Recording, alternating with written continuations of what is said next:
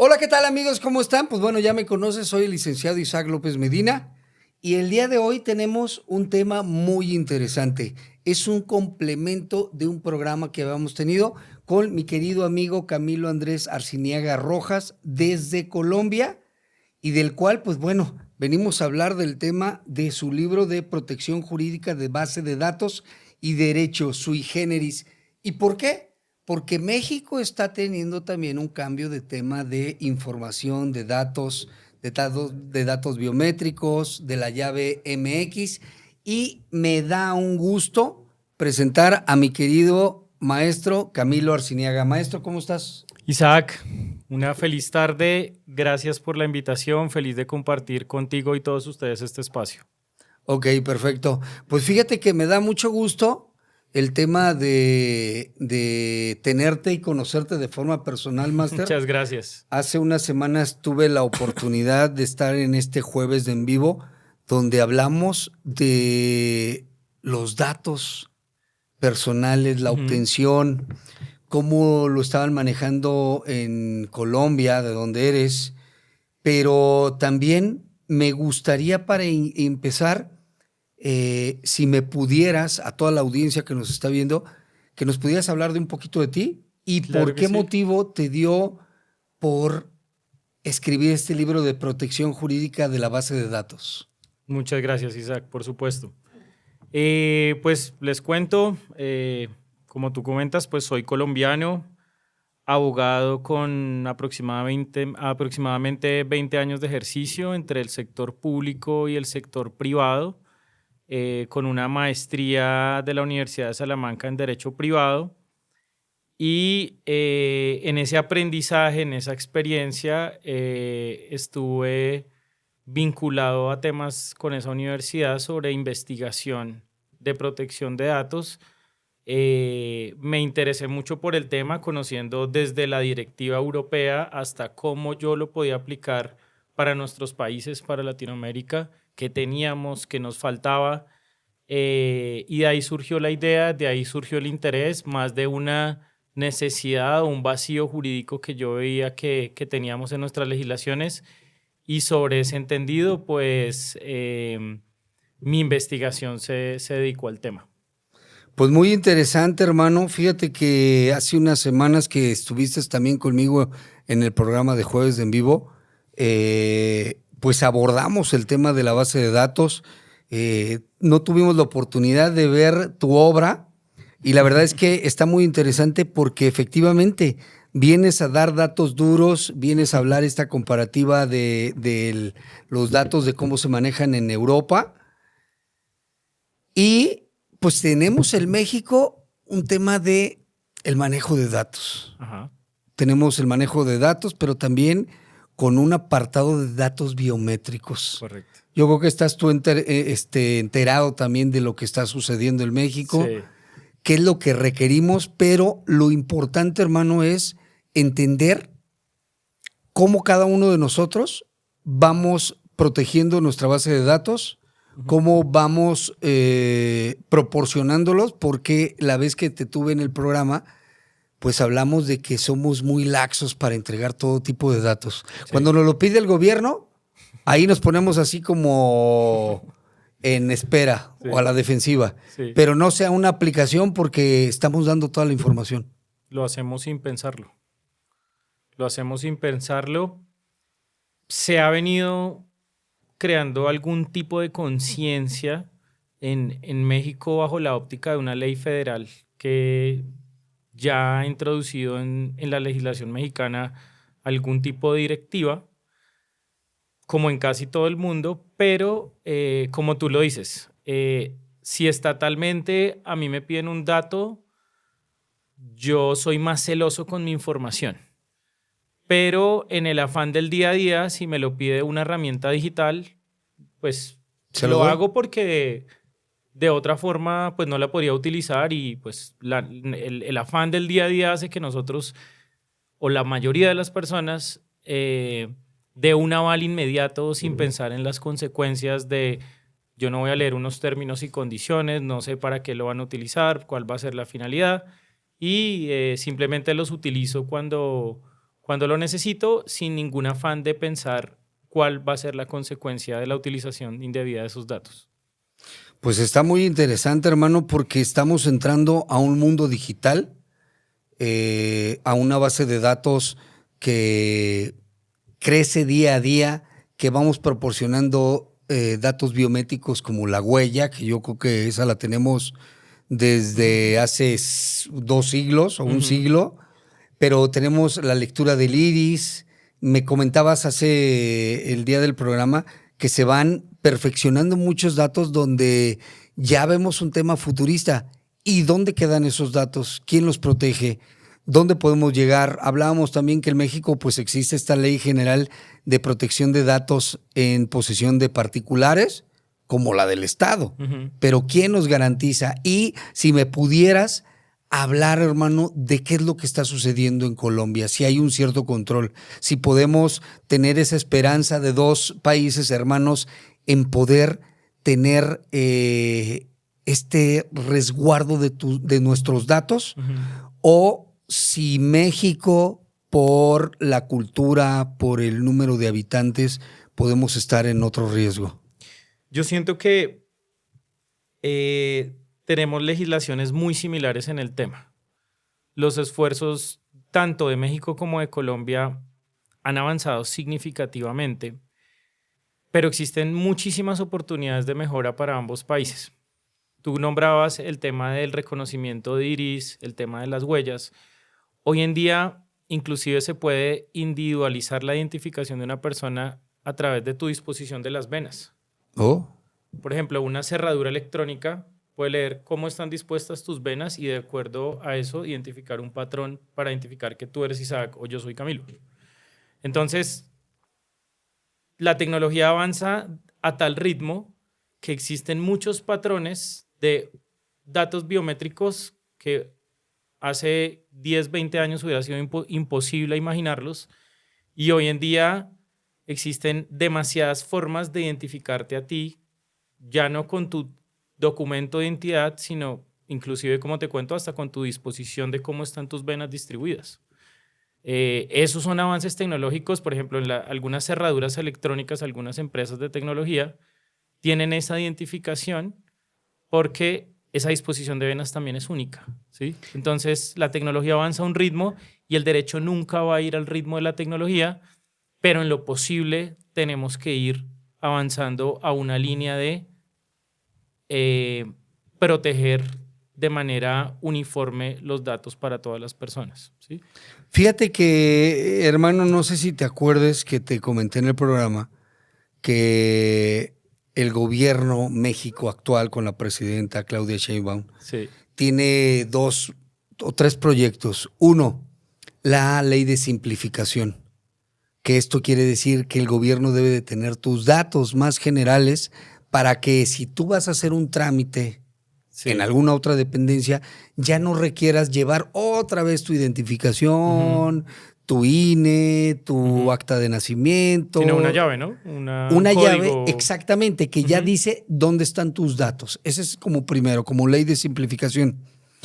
Tenemos el tema de los datos biométricos, que también se está haciendo, y la identificación por parte del celular, del dispositivo, porque también ellos buscan el tema de una ley de seguridad nacional, por temas donde los delitos ocurren. Yo creo que ahorita con esta tendencia, yo creo que un 95% ya por el dispositivo digital o el dispositivo celular. Correcto. Desde mensajes, desde información, desde fotografía y esto. Y hay una resistencia nosotros como mexicanos el saber dónde van a quedar nuestros datos, porque tenemos antecedentes que el anterior, el INE, el anterior o el Instituto Federal Electoral, pues hackearon y se robaron todos los datos. Entonces, México o el mexicano sigue teniendo esta incertidumbre de nuestros datos y por eso justificable absolutamente. Y por eso yo te decía, ¿cómo cuando me lo piden institucionalmente no lo quiero hacer?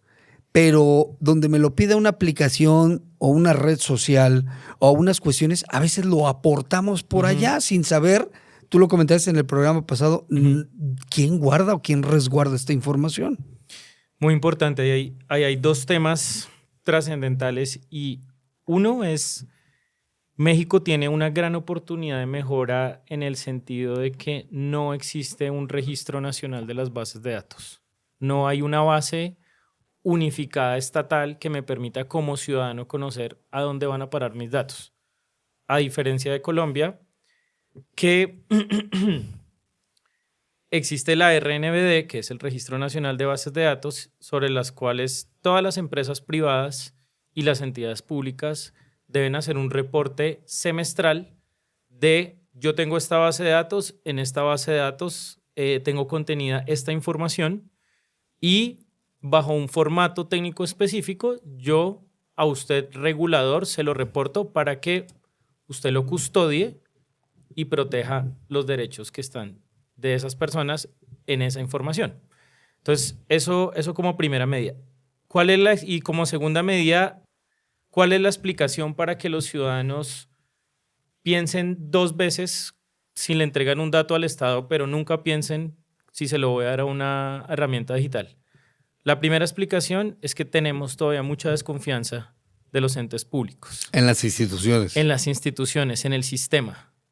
Como tú comentas, el caso de este robo masivo de información que sufrieron los ciudadanos mexicanos, incluso desde antes ya se puede sentir una cierta desconfianza de las instituciones. Y segundo, ¿por qué sí le damos la confianza a una app o a una herramienta digital sin pensarlo tanto? Es porque no tenemos alternativa. Si yo necesito tener esa herramienta porque me va a poder ayudar a acceder a cierto servicio tecnológico, en el caso de no aceptar ese consentimiento, no los tienes ese pues servicio. voy a estar privado de poder utilizar el servicio. Entonces, en el afán del día a día, en el hábito de lectura que se ha perdido también muchísimo, pues si yo quiero escanear un documento y debo descargar una aplicación, pues en ese afán yo no voy a tardar 2 horas leyendo unos términos y condiciones de 45 páginas. ¿Sí? Entonces, básicamente es un constreñimiento censurado cuando yo lo hago sin saber por qué lo estoy haciendo. Y vimos demandas como las de Facebook, por ejemplo, donde los datos que reposaban o la información de las personas que reposaban en la plataforma, inclusive en otro tipo de redes sociales, pues son utilizados para muchísimas finalidades y la persona que utiliza los servicios pues nunca entiende qué se está haciendo con sus datos, desde campañas publicitarias hasta sesgos algorítmicos para venderme un producto, y pues digamos que eso ha permeado que la sociedad tenga un desconocimiento sobre qué información puedo yo dar y qué perjuicio me está generando al tener los datos en una plataforma. Pues es algo que tenemos que empezarlo a ver, o bueno, ya deberíamos estar empezando a ver nosotros como mexicanos el tema de nuestros datos. Y en el libro pues hablas de muchos conceptos muy interesantes, el tema hasta del concepto del dato, qué es lo que es, cómo se va realizando. Uh-huh. Y esta propuesta, ¿de dónde viene escribir este libro, hermano? ¿Cómo se te ocurrió y hacia dónde vas? Porque es un tema que no nada más queda aquí, no nada más queda cerrado. Yo creo que son libros que se van a ir alimentando. Claro. Cada vez que sale una tecnología, cada vez que está saliendo un nuevo dispositivo. Claro. La iniciativa surge primero como una herramienta jurídica para los abogados que intentan proteger este tipo de situaciones que vulneran los derechos ciudadanos. Y también para una concientización de lo delicado y de la soberanía de los datos que tenemos que proteger. Entonces, el libro básicamente tiene 2 ópticas legales. Una óptica de un concepto que se llama el derecho de la originalidad, que es un concepto de cuando yo tengo una base de datos, la puedo proteger desde el punto de vista de mi creación, como los derechos de autor. Entonces no es alfabéticamente tener una base de datos, de información, sino la originalidad con la que yo construyo esa base, la originalidad como yo dispongo los datos para que tenga un fin más práctico. Entonces, hay una parte de protección sobre ese derecho a originalidad. Y la otra óptica, y por eso el título del libro, sobre una visión de derecho sui generis. El derecho sui generis lo protege desde dos visiones. Una desde la inversión económica que yo hago. A mí construir esta base de datos me costó económicamente una cifra y por eso también tengo que protegerla desde el ámbito legal, o en talento humano. Yo gasté tiempo, gasté personal, gasté inventiva de Sí, personas, claro. y eso también tiene una protección y tiene un valor económico, ¿sí? Entonces, me empezó a interesar el tema porque en Europa existían unas disposiciones, digamos que allá existe una conciencia un poquito más fuerte sobre un recelo más fuerte de lo que de lo que es la información personal, ¿sí? En Latinoamérica, pues en ese momento un desconocimiento de muchos temas y una sublevación a que yo tengo siempre que aceptar Los términos los que términos me que me imponen. imponen precisamente por ese desconocimiento y porque no tengo otra opción, ¿sí? Entonces, la idea del libro fue cómo bajo esa directiva europea en Latinoamérica, México, Colombia, hasta el sur del continente, nosotros primero empezamos a crear una conciencia y luego creemos mecanismos prácticos para que la gente tenga una visión un poco más amplia del tema. Básicamente fue mi idea en ese momento. Pues bueno, lo que se tiene que seguir caminando es alimentar esta cultura. Ujú. Yo creo que Latinoamérica pues nos queda en unos pasitos atrás en donde tenemos que estar trabajando. Y por eso te hablaba yo de México, porque México es uno de los países pues más poblados en Ujú. Latinoamérica o el más Sí, poblado. Entonces, esto nos marca que la base de información, la protección jurídica de los datos, ¿quién nos los puede garantizar?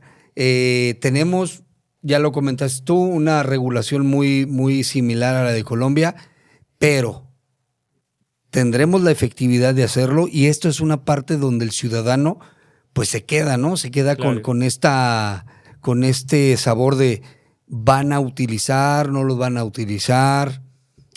Ahorita hablábamos también de esta nueva figura del eSIM, Ujú. lo que está pasando también, que Ujú. te están replicando. Entonces van, sacan información, las compañías telefónicas pueden dar cierta información sin que esté protegido, están dando toda tu identidad, están dando datos que son sensibles como cuentas de banco. Entonces entramos a este supuesto que estamos vulnerados con estos datos. Ujú. Totalmente. Un primer tema es que México, por su población, por la magnitud del tamaño del país, tanto poblacional como geográficamente, supone un reto mayor. Pero yo siento que se pueden dar pasos, se pueden dar aproximaciones a cómo yo empiezo a crear una cultura, yo como individuo que se va replicando. Por ejemplo, yo recibo una llamada de un banco. Usted quiere adquirir esta tarjeta de crédito, o yo recibo una llamada de un operador de telecomunicaciones ofreciéndome un servicio mensual. O Que un cambio pueda, de plan correcto. o actualización Entonces, de datos. yo a mi familia, a mi esposa, a mis amigos, lo primero que les recomiendo es, no sé cuál es la norma en México, pero en Colombia existe una ley que vulgarmente la llamamos la ley deje de fregar.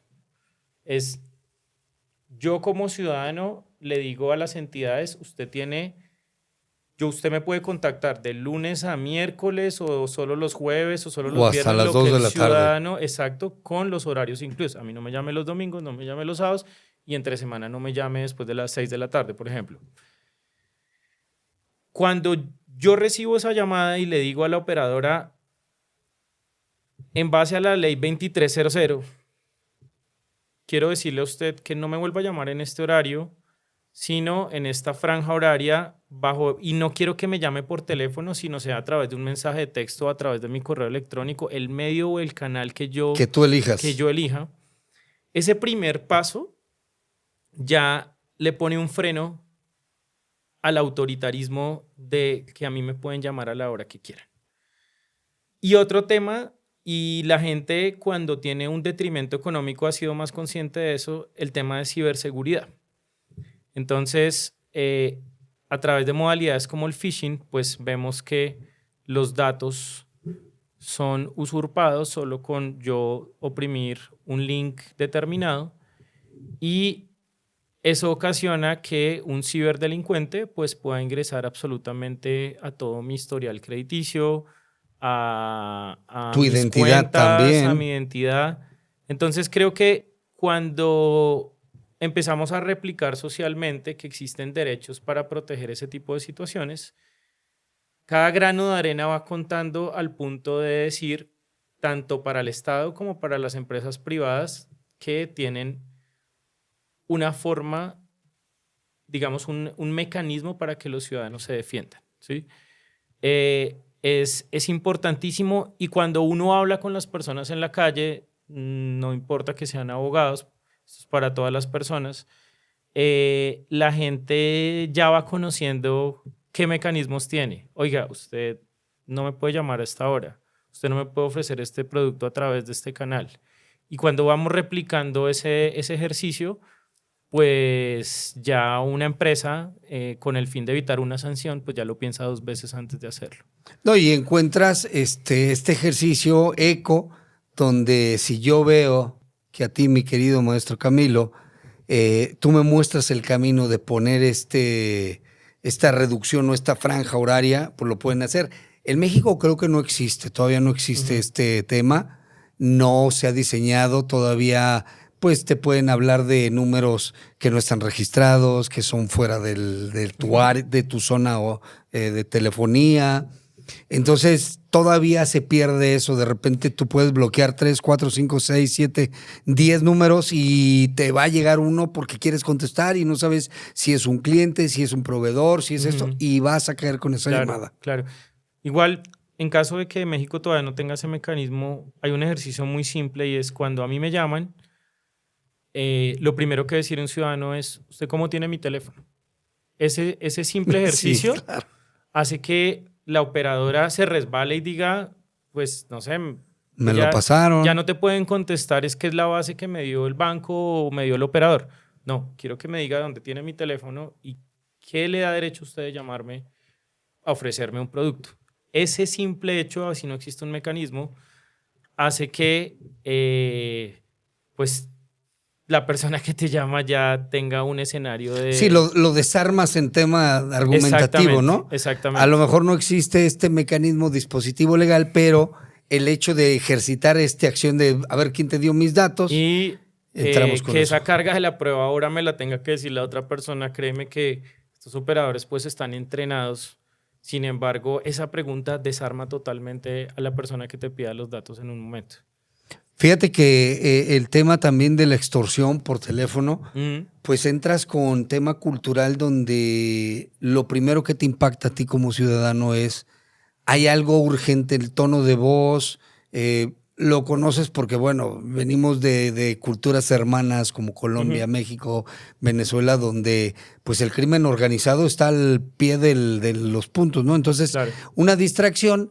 A veces adultos mayores que tienen un dispositivo, que no están siendo vigilados como para saber si este adulto mayor no dé datos, y pues resulta que ese adulto mayor le reza cuántos hijos, cuánto gana la tía, la abuela. Entonces, tenemos que tener el control. Yo creo que es un llamado de atención a la ciudadanía, es cómo manejar tus datos, quién los debe de tener, saber... siempre aquí te hacen firmar en todo momento protección de datos. El consentimiento. El consentimiento, pero bueno, ¿dónde va a estar? ¿Dónde va a estar resguardado? ¿Hasta dónde estoy? ¿No? Estamos obligados como particulares, pero también como instituciones. Y pues es un tema que va a ir incrementándose por las cuestiones digitales, repetimos. O sea, un tema la que va rápido. tecnología y las técnicas tecnológicas, valga la redundancia, han hecho que, si bien el derecho va un paso más lento que la tecnología, porque el derecho es, en este caso, correctivo y no preventivo. Yo no puedo ser preventivo si todavía una tecnología no se ha creado. Sí, claro. Pero cuando la tecnología ya se ha creado, tenemos que avanzar un poco más rápido en la regulación. Hoy en día ya nos hemos preocupado, en el caso de Colombia, de una política gubernamental de inteligencia artificial, por ejemplo. Las compañías ya cuentan con políticas de gobernanza digital que incluyen todas las herramientas, incluidas las de inteligencia artificial. Y creo que vamos a unos buenos pasos, a pesar de que la tecnología, obviamente, Pues y las va técnicas de ciberseguridad, de, de hackeos, de disposiciones digitales, por supuesto, hace que sea un reto en el tema del fraude impresionante para todas las personas. Pues creo que México y Colombia han avanzado sobre todo en el tema ya no solo de la regulación, sino de la concientización social.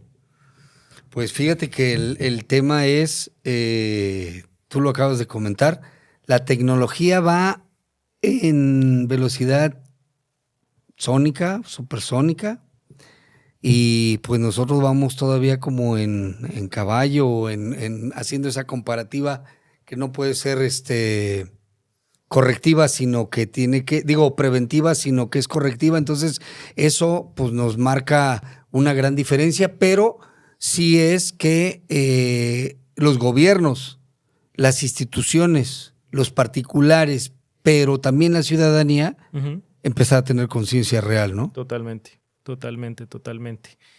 Y siento que esa regulación, y ese es mi gran anhelo, y por eso, digamos, el trabajo investigativo del tema, pues va a poder contemplar que tanto los datos personales como los derechos que tenemos como ciudadanos en todas las herramientas digitales, pues vamos a llegar no solo al consentimiento, sino a la profundización personal y el concepto personal de la importancia que tiene para nuestra sociedad.